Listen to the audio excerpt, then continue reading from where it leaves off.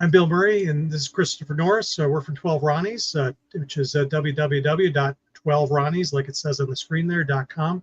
And feel free to take a look at our site. We've got great opportunities for entrepreneurs, lots of free options for you to help get your business off the ground and to connect with lots of other people like yourselves. Last week in our little talk here, we got about 20% through our list of great startup stories. So this week we're going to do a little bit more of that, but also kick it off with some of the most important or most common reasons for startup failure. So Chris, why don't you kick us off? Yeah, sure. Thank you, Bill. Hello, everybody. Yeah, when we first started Founders and Mentors 4 years ago, the very first thing we did was that our colleague Simon found an infographic of 20 reasons why startups fail often in the first few years, and we're just going to have a quick look at the top 3 today. So, and then maybe think of some examples. So, the number one reason why businesses fail is that there's no market need.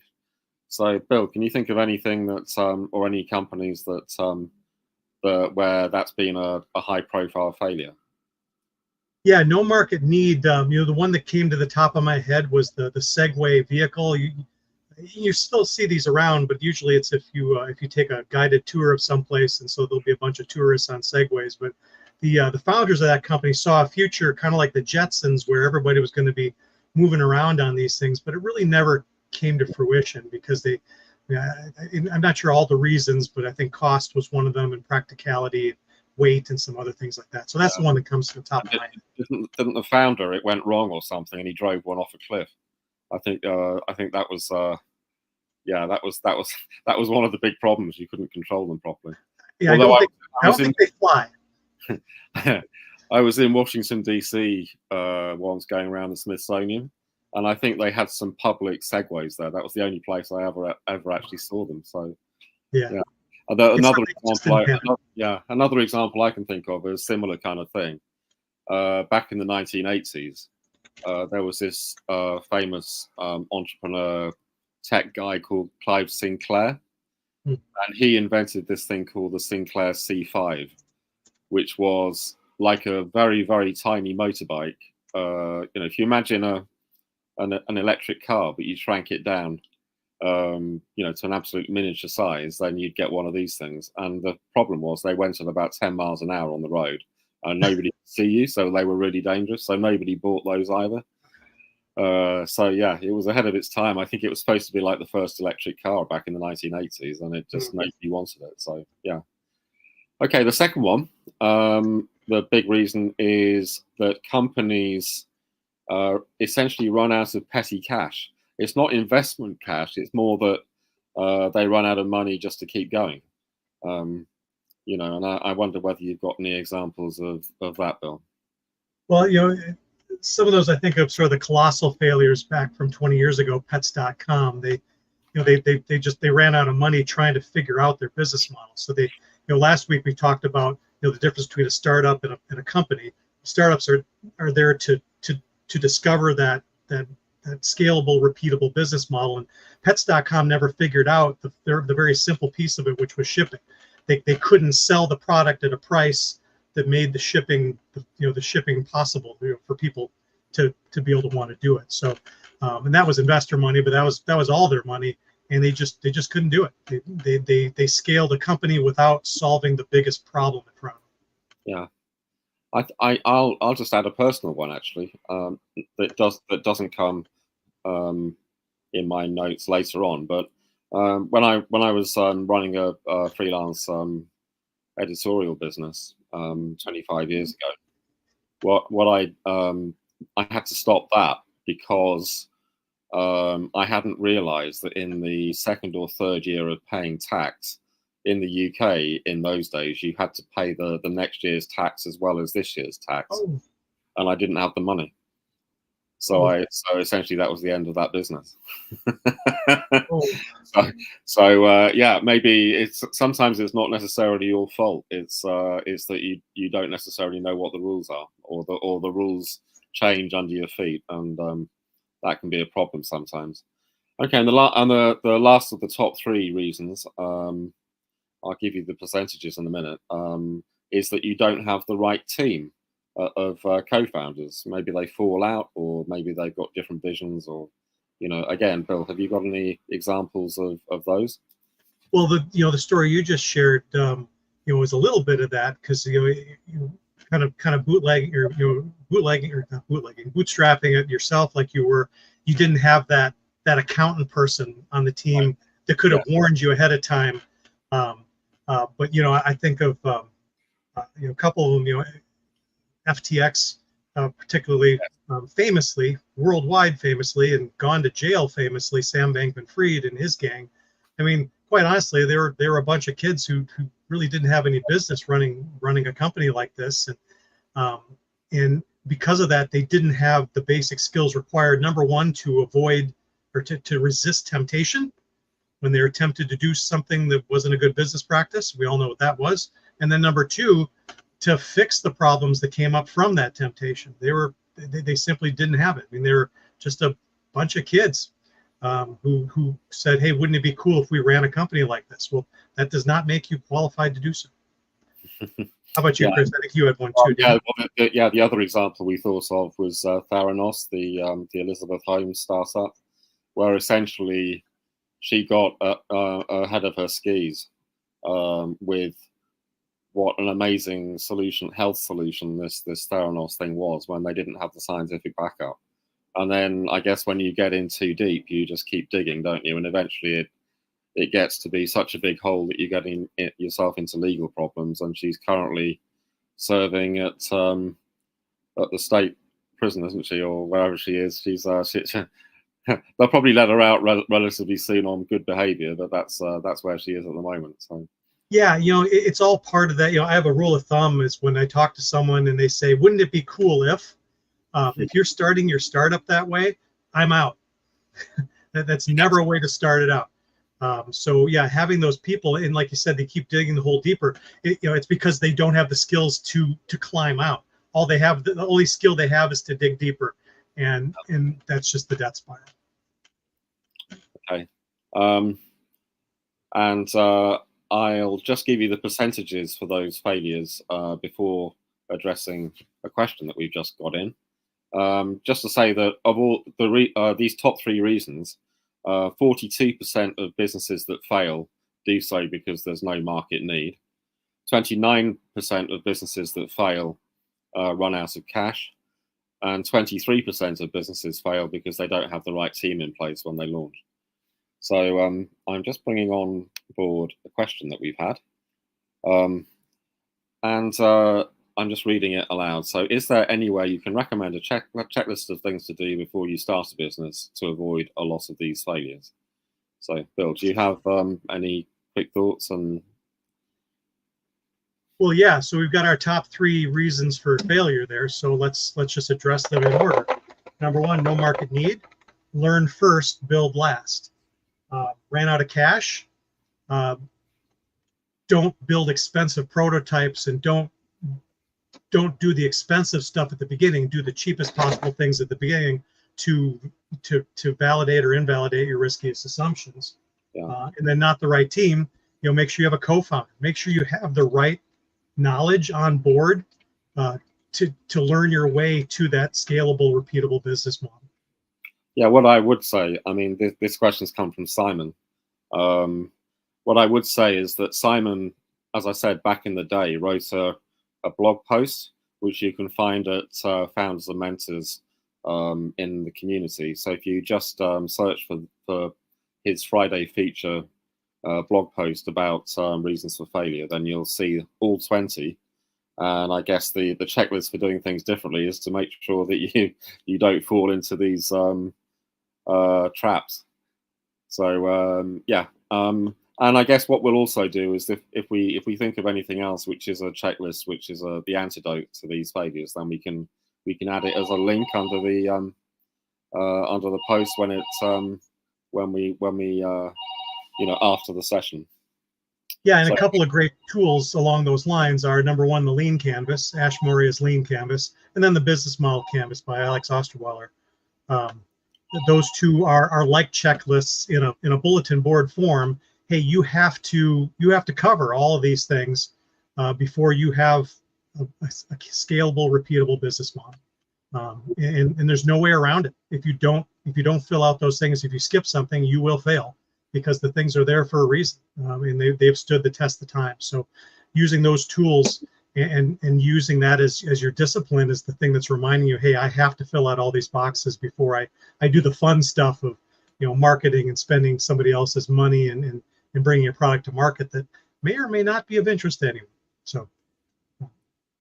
Okay. Well, before we dive into the next section, we actually have another question. So yeah, Julie had a question. And if anybody else has questions, then please do type them in the comments on whichever platform you're on. So this is the question. I'll just read it for anybody that's listening rather than watching us. The person asks, I've heard that you should pick the right partners right away, and I've also heard you can pick people right away that will help you get to those right people. Is there a right or a wrong to that suggestion? So, Bill. Easy answer to that one. You apply the same process that you do in learning as a startup. You never know who the right people are. So you pick the best people based on what you know, and then you keep moving those people around as you learn better. And when someone doesn't appear to be the right person anymore, you move that person around or move them out or change what they do, and you're constantly iterating. And so who the people are in your company or in your startup or in your sphere of influence should be constantly changing based on the newest knowledge you have. And if you don't have new knowledge, then you need to go out and get it, because learning is the lubrication for any endeavor. Yeah, I just add to that, thank you, Bill, that if you're exploring the possibility of working with somebody in your new startup, it's often a good idea to give them quite a small task to do, just to see how they do it, as a kind of a test, not just about their skill level, but also how do you get on with that person? Do they fit in? Do they have your values? Are they on the same wavelength? That kind of thing. And you can sometimes pick up those vibes by, working on a sort of test project. It's funny. I've done something like that before. I was real busy at a company I used to work with, and somebody wanted to work with me on this project. And I was trying to shake her. I don't have time. I don't have time to vet you or bring you in. So finally, I just gave her an assignment because I know like 90% of the people, if you give them homework, they don't want to do that. But I gave her this assignment to do sort of a post-mortem to the Harvard sort of post-mortem project, where you talk about the project a year from now and how it went so terribly and what went wrong and what all the steps were wrong. And she came back in a week with a wonderful post-mortem of the project, and I really had no choice but to bring her on because I saw how valuable she'd be. Right. It was worth my time, and I probably looked like a jerk giving her the homework, but it turned out to be a really great thing. So I definitely. That's good. Yeah, and often in jobs, I mean, I know it's not quite the startup world, but quite often people get probationary periods, don't they? Where it's like people are brought on board for a set length of time, and then both parties work out whether it's working or not. So I guess you can do something similar in a startup. Yeah, and Amazon's famous for running those kind of interviews. Come back with with some sort of project or with some sort of new knowledge, and demonstrate that you have the skills that they need before they hire you. Okay, brilliant. Well, thank you, and we've thank you for that question, and thank you for your kind words about us providing some good feedback. So excellent. So Bill, let's go on to our next section. So this was more from our list of case studies, sort of fun startup, both successes and failures. Hopefully, I think I talked about some failures last time, and we talked about failure to start out today. And I love talking about failure because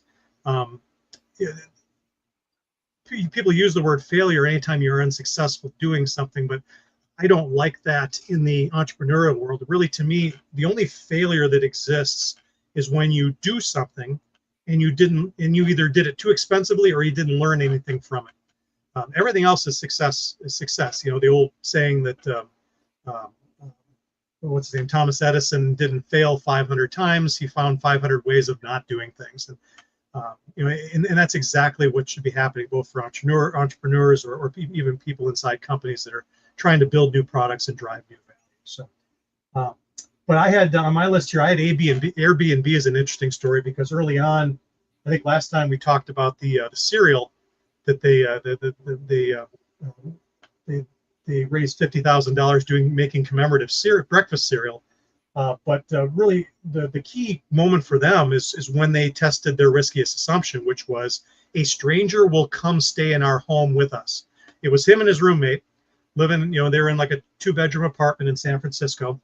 In San Francisco, you have a lot of conventions. I mean, like Lean Startup, I don't know if it still meets there, but met there every year, and thousands of people would come, and all the hotels were full for many miles around.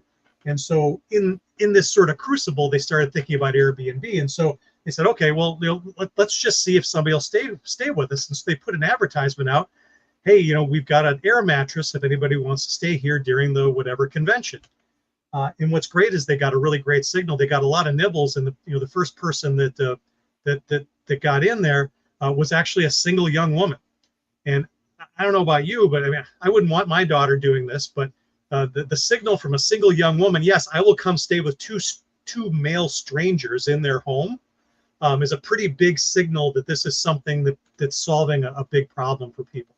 So at that point, they realized they were onto something, and they were able to start scaling it.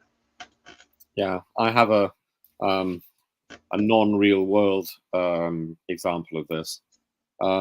Buffer tested an assumption that that small and medium-sized companies would want to have a kind of all-in-one toolkit solution for scheduling social media posts, because they recognize that nobody wants to stay up all night posting on Twitter or whatever, just to make sure that it reaches people at the right time. And scheduling things didn't exist until they started experimenting with the idea that you could delay when something got published. So again, they kind of tested these things out and then realized that people wanted that solution. And then once you realize, once you've latched onto something that people want, then I guess the trick is to realize that that's what people need and that's what people want, and then scale that solution very quickly. A little bit like the Dropbox example I think we talked about last week as well. It's like, what's the smallest thing that we can produce to get the reaction that we need to justify the expense in time and cost of scaling up. A little bit different direction. Sometimes you got this idea and you're doing this thing because you love it, and you're every day you're putting everything into it, and you're just not getting much out of it. But then out of the blue, something happens, and you realize you might be in the wrong business. That's a really important point, to be grown up enough and big enough to say, you know what, the thing that I thought the world would want, that I really wanted, isn't it, but they really want this other thing. So I'm going to be big enough to step away from this and go do that. And the case here is Potbelly Sandwiches. They're a sandwich shop, like kind of like a Subway or that type of thing. I don't know if they're international or not, but they're here in the United States. And they started out as an antique shop in a city, and antiques were not selling well. So they kind of brainstormed. They did a great job brainstorming. Say, hey, let's make some sandwiches to draw people to the store. And while they're munching on their sandwich, maybe they'll look at some antiques. They'll buy some antiques. Well, within a few months, there was a line around the block for the sandwiches, but they still weren't moving many antiques. So it sort of occurred to them, say, maybe we'll just ditch the antiques and put in some tables and sell sandwiches. And to this day, if you walk into a Potbelly sandwich shop, you'll see a little Potbelly stove there that kind of honors their heritage, and that this whole business came on a pivot. Keeping in mind, pivots are on either customer problem or solution. And here was the problem. Their customers didn't have a problem with antiques; they had a problem with hunger, and so they moved to something else. Excellent. That sounds good. My example is perhaps a bit more well known, and I guess you have to remember that this particular company launched when the big sort of monopoly in this marketplace was Blockbuster, where you would go to a store and you would rent in person, a video. I guess it would be NSTS, is it in the States? There's the format, and over here there are different formats for videos and things. Yeah. Depending on the video players that you used to have. Back in the day, you'd have to go to the shop to kind of hire this thing. And there was a company that called themselves Netflix, who used to send you DVDs in the post that you could rent. We used to get them.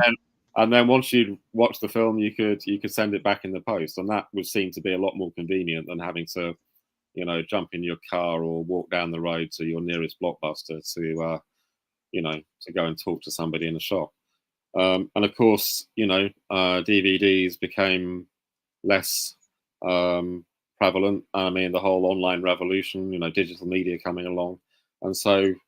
As everybody knows, Netflix then pivoted to become an online streaming hub, where instead of renting your films through the post, they're saving a lot of money by not actually, by getting rid of the cost of postage these days, because you just go on their website and pay for a subscription.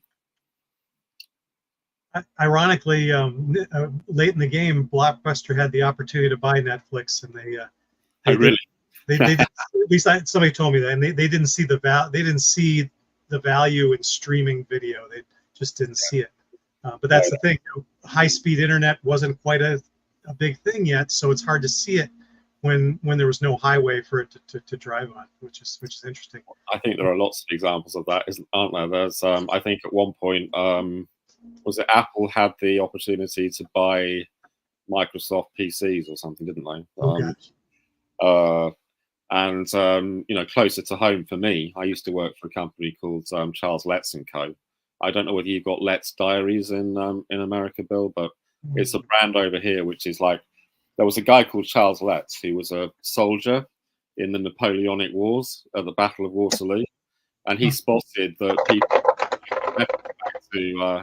back to their loved ones, and he thought, well, what if you actually just write it down in a book? So that was the world's first diary. Wow. And it was like a family business. It went down 7 or 8 generations. And then in a room in the 1980s, somebody came to a meeting at the Charles Letts board and said, we've got this new company called Filofax. And Charles, the board at Charles Letts said, no, that will never catch on.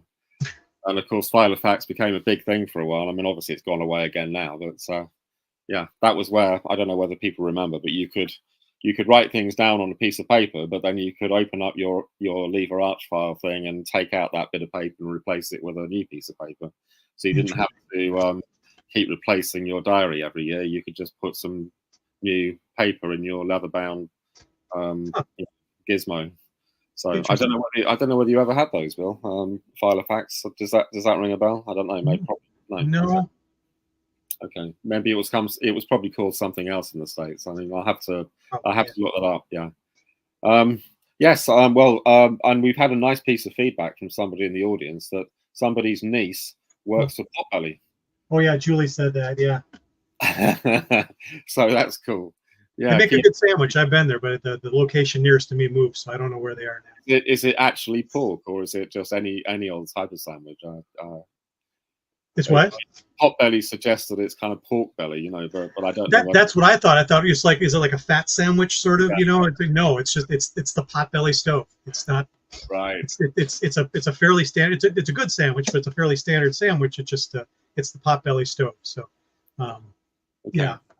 In that list of ironic sort of opportunities, is Kodak owning the patent on the digital camera. And, yes. and I did own a Kodak digital camera in the mid 90s, but it was a 0.97 megapixel digital camera, and they never really went much farther than that. But everybody else did. I think it's quite ironic sometimes, isn't it? Because you have companies that disrupt a market and are very innovative, and then they kind of, as we talked about another time, I remember that the initial startup team then gets replaced by people who are good at running businesses, and then they get complacent and they don't know how to keep innovating. Yep. So that they get disrupted by something else, don't they? Right. Yeah, they're usually very risk averse, which is the opposite of the people that started it out. I think my next one ties into this. When you think about disruption, Zappos, at least here, was a huge disruptor in the shoe space, and famously, the founder of Zappos realized that the risky assumption customer will buy shoes online. It was a very risky assumption because there are centuries of children and parents they've taken their kids to the shoe store, and you sit down and the man or the woman comes by with the sizer, and they put your foot in the little thing and they see how big it is and how wide it is, and then they bring out a big stack of shoes and then they fit your shoes. You walk around and they watch you, and there's a whole sort of culture to it, but Zappos said, well, what if people would be willing to get rid of all that in exchange for buying shoes online conveniently? In the mind of some people, it might be, well, I'm going to need to buy thousands of pair of shoes and get a warehouse and get a fulfillment company and that sort of thing. Well, the cool thing is he didn't do any of that. He went down to his local traditional shoe store and took pictures of all the shoes that he wanted to take pictures of, put them on his website, and then put an order button on. And when people ordered the shoes, he went down to the shoe store, bought the box of shoes, took it over to the post office, wrapped it up, and sent it to them. But on the back end, he wrapped it in the famous Zappos service, which is, hey, if these don't work for any reason, you just send them back and we'll take care of it. And that took care of that people's worry. Gosh, I'm going to order these, they're going to be too big, they'll be too small, I won't like them, the color will be wrong. Well, wait a minute, if I could just send them back to you and no questions asked, well, that takes care of it. So he was able to test that very quickly and found out that there was definitely a business there. And of course, there's still a big business, and Amazon bought them, I don't know, probably a decade ago. I was actually in one of the founders' homes in Vegas, Tony Hsieh, the late Tony Hsieh. He passed on a number of years ago. Funny thing is, at the time, he was still alive at the time. The only person that wasn't at his house was Tony Hsieh. It was sort of like a cult. There was about 50 people in the place, and they were all just kind of milling around. But I got to hang out at Tony's house. Yeah, wow. I'll just, as we close the session, I'll just give you my example, which is actually it's actually a business that I was a co-founder of, and this is an example of where a really good idea can be ahead of its time. I was part of a business called Story Code, and what that was back in the early 2000s. This was a recommendation engine for giving people recommendations for what books they might want to read, or what movies they might want to watch, or maybe they wanted some advice about what wine to drink or what holiday to go on. And essentially, the how it worked was, or the kind of things that work for that kind of recommendation is that the only way to find out whether you like it or not is to actually try it. But in order to try it, you've got to buy it, which is obviously a problem. So we worked out a way of actually asking questions in a way that you could build up these things called codes, which would then be matched with each other, and then depending on what an algorithm would produce a code, and you match these codes together, and then you could work out percentage matches between codes. And so it was a very objective way of actually measuring different things against each other. And we went on Dragon's Den, which in the States is Shark Tank. Okay. And we got poo-pooed by the investors who said we could do that in our bedroom. And the big problem is that on Shark Tank / Dragon's Den is that you can't take a computer into the room with you. And that's a big problem if you've got a .com business, which you want to get one of these investors to invest in, because you can't show them how it works. That was a bit unfortunate. But even today, what we came up with is way better than anything that's out there. So I'm kind of thinking, if I ever come into a fortune, I might well try and revive that. Well, and the only reason it stops is because our techie guy decided he wanted to go and get a job.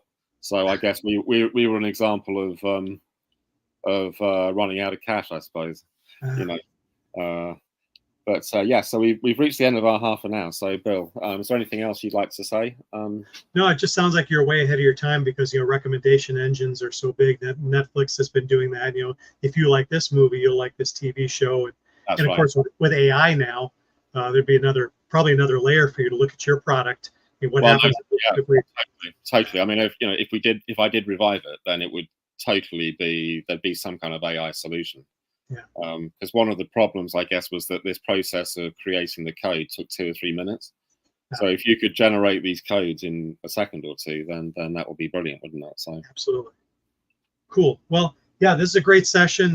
Julie had some nice comments about some other directions we can take this as well. But these stories are great because they're great ways for people like us, the ordinary entrepreneurs, to connect things that are happening in our world to things that famous entrepreneurs and companies have dealt with as well. And so these kind of companies is for me a coach.